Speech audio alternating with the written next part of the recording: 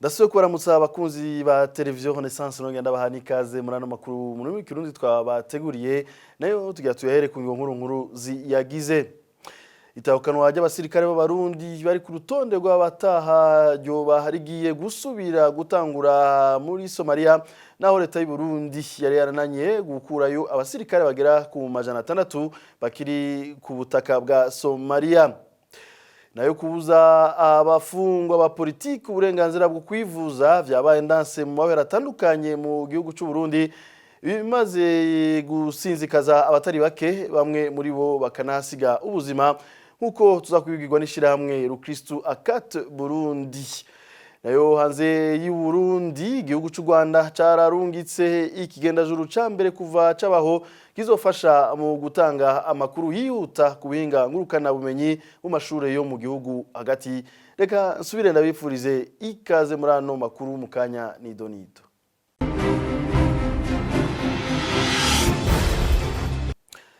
Narimeje kubibabwira abasirikare 600 b'abarundi bakiri muri Somalia bo bagiye gutahukanwa vuba. Urongo y'abasirikare ba Misome yasavye ko abasirikare bari ahitwa Kismayo ko kugwayo kugira begeranirizwe hamwe n'abandi basirikare b'abarundi. Ivyo bikiyongera ku basirikare bo mu batayo ya 52 iri ku mudugudu biteguriye kuja kugombora ibatayo ya 47 iri muri Somalia. Rodrigue Ndikumwami arabitubwira. Bisabwe n'urongoye ingabo za Amisom abasirikare barenga 140 b'abarundi bari muri secteur bita Kismayo bagiye kuvanwayo kugira abahamvye bagenzi babo bari muri secteur yiharijwe n'abarundi bita secteur de responsabilité du contingent burundais mu gifaransa. Amakuru ava muri Amisom yemeza ko leta y'u Burundi yemeye gutahukana abasirikare 600 bari bakiri muri Somalia basabwe n'ubumwe bwa Afrika kuba batahukanywe kugeza ku munsi wa 4 w'inondwi. Ayo makuru nyene yemeza ko leta y'u Burundi yatinye inkurikizi zokurikira ku musirikare muri abo yokomerezwa canke akicwa muri Somalia narya batazoba bakiri mu minwe y'ubumwe bwa Afrika ku itariki imwe y'ukwezi kwa gatatu. Ayo makuru nyene yemeza ko n'ikibanza ca Académie Militaire carimo abarundi kuva ku igenekerezo rya 28 ukwezi kwa kabiri umwaka wa 2009 kizoba gisubiye mu minwe ya leta ya Somalia. Nayo ibiherutse gusabwa n'inama nkenguzamateka na nshingamateka z'u Burundi zisaba ko nyabuna abasirikare b'u Burundi bose bokugwa muri Somalia yari yateye umutima uhagaze abasirikare bo mu ibatayo ya 52 ahiri ku mudugudu yitegura kuja kugombora ibatayo ya 47 ya Amisom. Amakuru avaho ku mudugudu yemeza ko mu nama umukuru w'ibiro bikuru vya gisirikare Prime Niyongabo yagiranye nabo basirikare yabahumurije ko abasirikare b'abarundi muri Amisom badashobora gukugwayo bose. Ngo ivyasabwe n'inama nkenguzamateka na nshingamateka navyo ngo kwari kwereka makungu ko ivy'ubumwe bwa Afrika buriko burakora bidashigikiwe n'u Burundi. Rodrigue Ndikumwami arakenuye. Abategetsi b'u Burundi bari bakwiye kugira amatohoza bitonze hakamenyekana abantu bato ibiziga mu kiyaga Gweru hakwihutira kwagiriza igihugu kibanyi ico Rwanda ko arico kirungika ivyo biziga. Bivugwa n'umushingwamanza Ahmed Niyongere yarongoye ishiramwe Akat Burundi. Leta y'u Burundi kandi ngo yazanye ivyo kwambika ibara igihugu kibanyi cy'u Rwanda mu gihe ariko iranana gukura abasoda bayo birukanywe muri Somalia mu ntumbero yo gusamaza amakungu. Tumukurikire. Ijya mvugo ya leta itarikwiye kuvugwa n'abaserukira igihugu kuko barafise ubutungane, barafise igipolisi kigira amatohoza, hakwihuta kuvuga yuko ibiziga vyatowe mu kiyaga Gweru vyavuye mu Rwanda harakwiye kuba amatohoza bagatanga n'icegeranyo cyayo matohoza. Ariko babivuze imbere ko matohoza aba kandi twe amatohoza twakoze twe twarabagije abantu bari hajya hafi ya kijya kiyaga banatubwira bati twebwe twagerageje kwegera kugira turabe ivyo biziga ko atabo tuwomenya mu bantu bacu bamaze iminsi banyuruzwa, mu bantu bacu bazimiye tureko atabo tuwomenya muri bijya biziga mugabo baratwirukanye baratwankira yuko tubiraba kugira tumenye turabe yuko twotora abantu boba bari muri ivyo biziga. Ni kwerekana yuko leta rero ifise ubwoba yaba rero vyavuye mu gihugu kibanyi bari guhamagara abantu bose bakaza bakaraba ahubwo bigahamagara n'abasanzwe basarukira ibihugu vyabo bagahamagara bari mu mashirahamwe ari mu Burundi bakabereka tiraba ivyo biziga vyavuye mu gihugu kibanyi bakerekana neza iyo vyavuye hako babivuga atana amatohoza yabaye atani ivyemezo na yumwe bafise.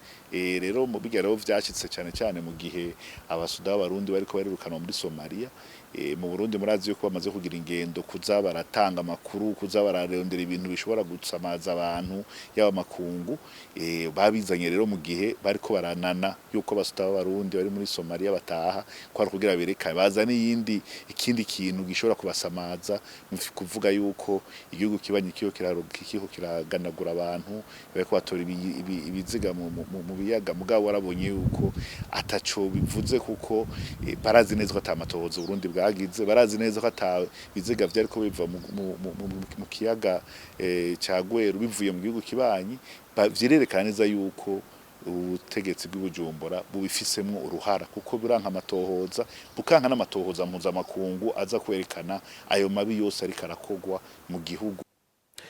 Nabibabwiye ukubuza abafungwa uburenganzira bwo kwivuza bimaze gusinzikaza abatari bake bamwe muri bo bakanahasiga ubuzima nk'uko ishirahamwe Rukristo Akate Burundi ribimenyesha mu itangazo iryo shirahamwe ryashize ahabona ku ngorane abafungwa ba politike bagira bitewe n'ukutavuzwa. Akate Burundi isaba leta kwisubirako ikubahiriza kiremwa muntu ikubaha n'amategeko y'u Burundi na mpuzamakungu Burundi bwateko igikumu. Kurikira Mushingwamanza Jean-Claude Niburumusi ari mu gisata c'amategeko mu ishirahamwe Akate Burundi. Mu maboherane Akate Burundi yashoboye kumenya ivyayo ariyo Gitega, Muramvya, Bujumbura na Rumonge, yasanze yuko kubuza abanyororo gusohoka kwivuza ku baganga bafitiye ububasha kandi bafitiye n'ubumenyi bukwiye byabaye itegeko cyane cyane ku banyororo bakurikirana mu vya politike. Amabi rero ava kuri izo ngingo mbi aramaze kwibonekeza. Aha twovuga nk'imfu z'uwitwa Nduwayezu Jean Claude, Busuguru Bienveni, Nimubona Alexis, abo bose bari bafungiwe mu iborero rikuru rya Mpimba bitavye Imana kubera ingingo mbi zafashwe n'umuyobozi w'iryo bohero mu kubabuza kuja kwivuza. Eka n'ubu amabohero yuzuyemwo abanyororo babujijwe ubwo burenganzira bwo kwivuza. Nk'akarorero twovuga nk'abanyororo bararemvye cane witwa Dombori Pascal ari mu bohero rikuru rya Gitega, witwa Kadende ari mu bohero rikuru rya Mpimba. Uno munsi amagara yabo yifashe nabi cane kandi abajejwe ayo mabohero nabo bakaba barabujije kuja kwivuza hanze.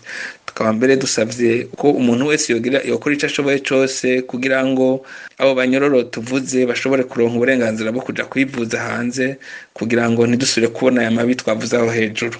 Kuri ibi byose twashikirije rero Akate Burundi irasaba abategetsi ko bakubahiriza amategeko eka mbere bakanafasha kugira ngo abatariko barayubahiriza bahanwe. Akate Burundi iributsa leta y'u Burundi yuko kutubahiriza uburenganzira bwo kwivuza ari ukurenga ku ngingo ya 2 y'amasezerano mpuzamakungu iby'ubutunzi, imibano n'imico. Ko kandi ayo masezerano nyene aho uburenganzira abarenganijwe kwitura ubutungane ari ubwo mu gihugu canke mpuzamakungu. Turasabye yuko abarongoye amabohero bo kubahiriza amategeko gusa bakareka kumviriza amabwire mabi aho yo bava hose, kubera ejo nivyashika imbere y'ubutungane nibo bazoyibazwa ubwa mbere, kandi naho hazogera gutanga ishumbusho bamenye ko aribo bazoyitanga biciye muri rya tegeko rya action récursoire.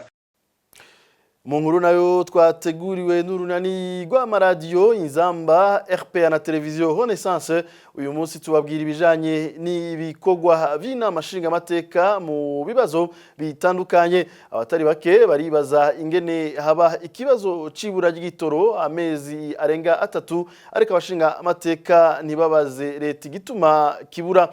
Umushingwa manza Didas Kiganahe yahoze ari mu barongoye inama nshingamateka y'u Burundi avuga ko inama nshingamateka ifise uburenganzira bwose bwo kubaza leta mu gihe hari ikibazo. Kubw'uyo yanonosoye ibijanye n'amategeko ajanye n'ibwirizwa shingiro avuga ko abashinga amateka bakomoka mu migambwe itavuga rumwe na leta bategerezwa gukora mu gihe abakomoka mu mugambwe uri ku butegetsi bo atakinini bashobora gukora gitandukanye n'ubutegetsi. Tumukurikire twamwakuye ku murongo wa telefone.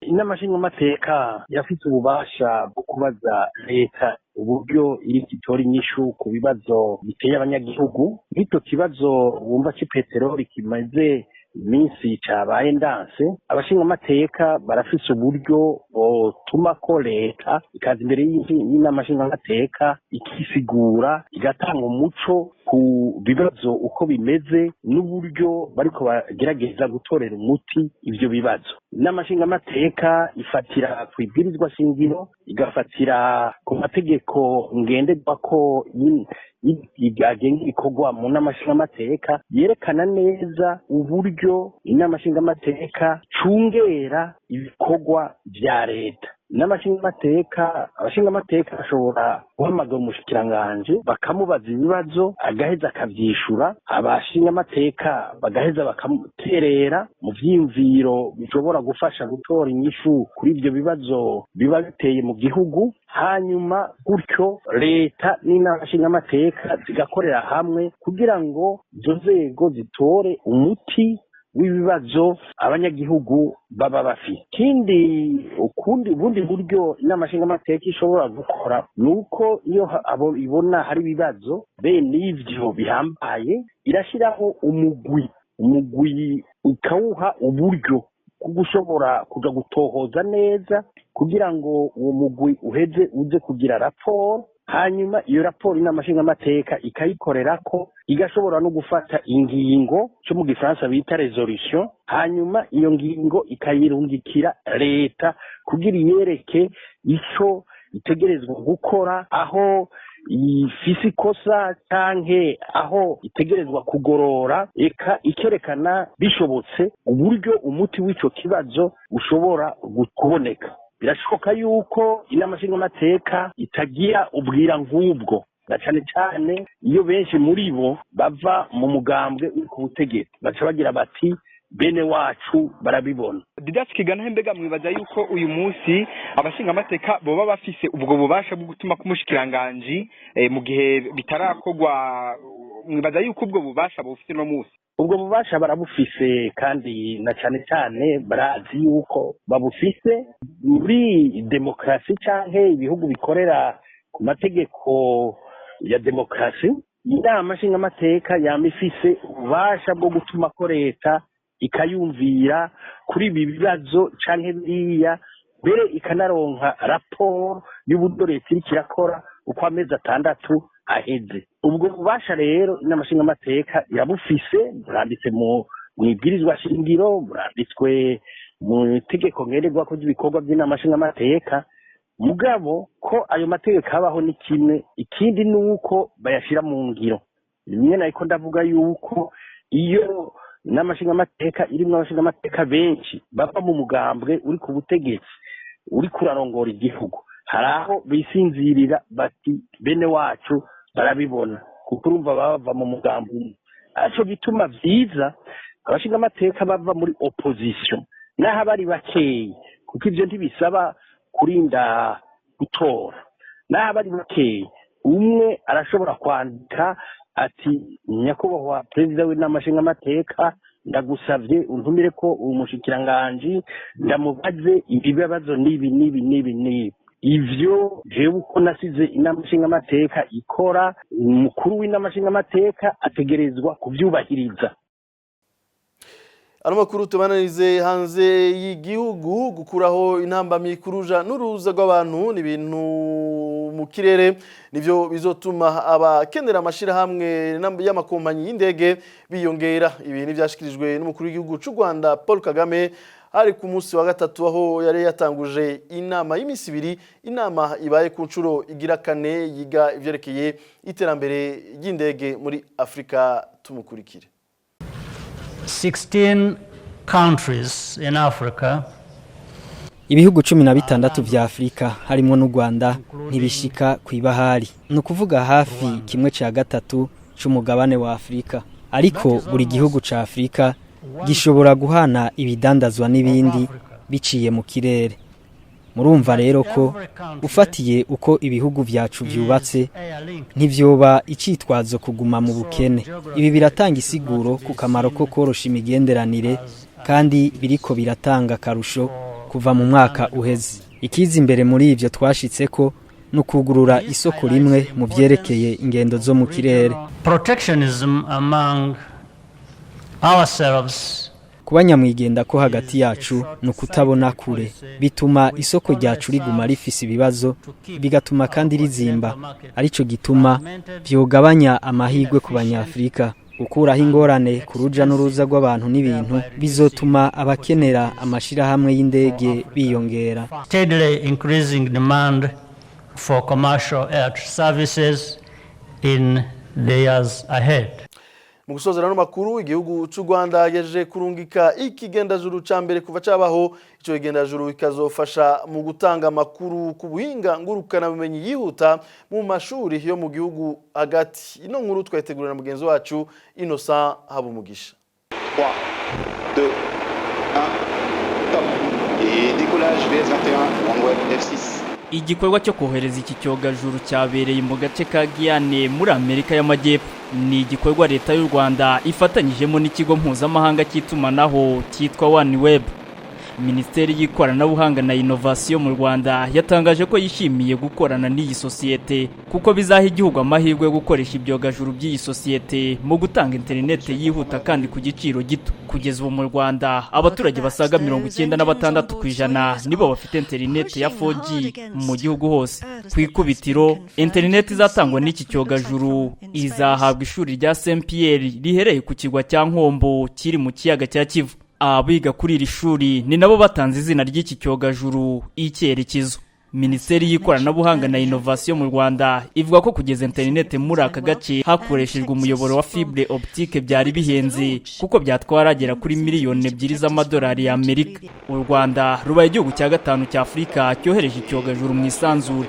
Afrika y'Epfo niyo yabimburiye ibi bihugu mu 1999 ikurikirwa na Nigeria, Ghana ndetse na Angola. U Rwanda kandi rurateganya ko bitarenze mu kwezi kwa gatandatu uyu mwaka ruzohereza ikindi cyogajuru ku bufatanye n'igihugu cy'Ubuyapani. Tumukengurukire Innocent Habumugisha hano duce dusozera amakuru twari ko turabashikiza katabashimire mwese mwariko muradukurikira naho butaha.